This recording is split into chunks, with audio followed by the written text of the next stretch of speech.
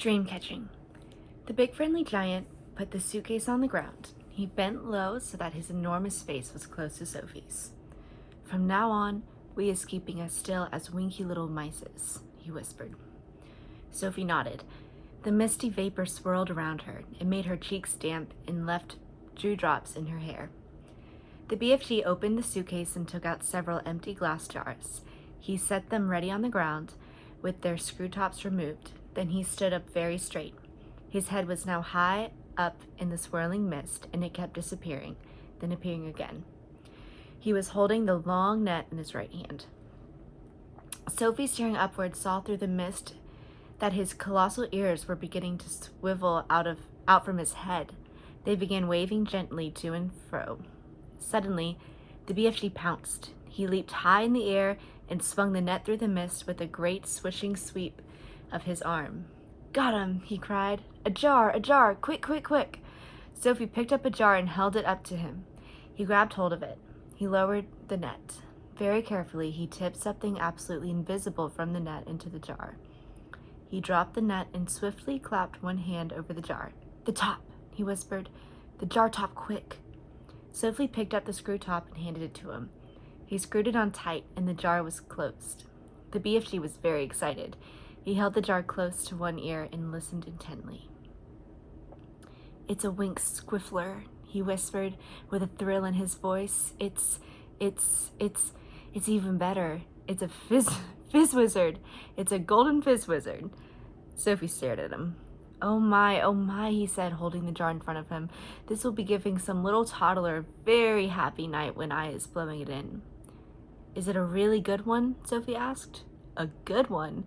he cried. "It's a golden fizz wizard. It is not often I is getting one of these." He handed the jar to Sophie and said, "Please be still as a starfish now. I is thinking there may be a whole swarm of fizz wizards up here today. And do kindly stop breathing. You is terribly noisy down there." "I haven't moved a muscle," Sophie said. "Then don't," the BFG answered sharply. Once again, he stood up tall in the mist, holding his net at the ready. Then came the long silence, the waiting, the listening, and at last, with surprising suddenness, came the leap and the swish of the net. "Another jar," he cried. "Quick, quick, quick!" Then the second dream was safely in the jar at the top, was screwed down. The BFG held it to his ear. "Oh no," he cried. The mints of maggots! Oh, swipe my swoggles!" "What's the matter?" Sophie said. "It's a trogglehumper," he shouted. His voice was filled with fury and anguish. "Oh, save our solos!" he cried. "Deliver us from weasels! The devil is dancing on my dibbler." "What are you talking about?" Sophie said. The BFG was getting more distressed every moment. "Oh, bash my eye bones," he cried, waving the jar in the air.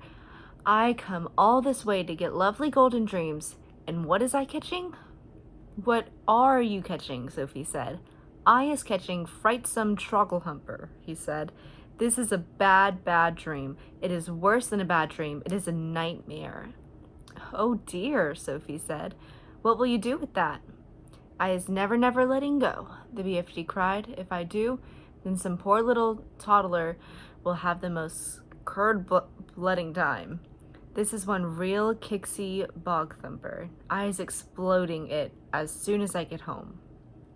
"Nightmares are horrible," Sophie said.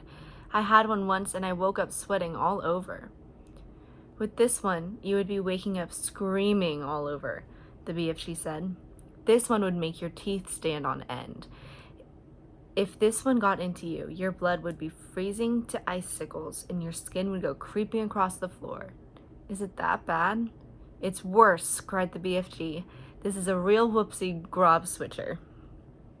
"You said it was a trogglehumper," Sophie told him.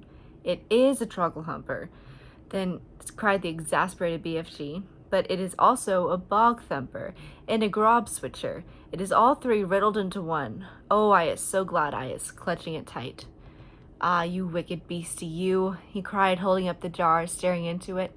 "Never more is you going to be bunk-doodling the poor little human beanie toddlers." Sophie, who was also staring into the glass jar, cried out, "I can see it. There's something in there." Of course there's something in there, the BFG said. You was looking at a frightsome trogglehumper. But you told me dreams were invisible. They is always invisible until they is captured, the BFG told her. After that, they is losing a little of their invisibility. We is seeing one very clearly. Inside the jar, Sophie could see the faint scarlet outline of something that looked like a mixture between a blob of gas and a bubble of jelly. It was moving violently, thrashing against the sides of the jar and forever changing shape. It's wiggling all over the place, Sophie cried. It's fighting to get out. It'll bash itself to bits. The nastier the dream, the angrier it is getting when it is in prison, the BFG said. It is the same as with wild animals. If an animal is very fierce and you is putting it in a cage, it will make a tremendous rumpeldumpus.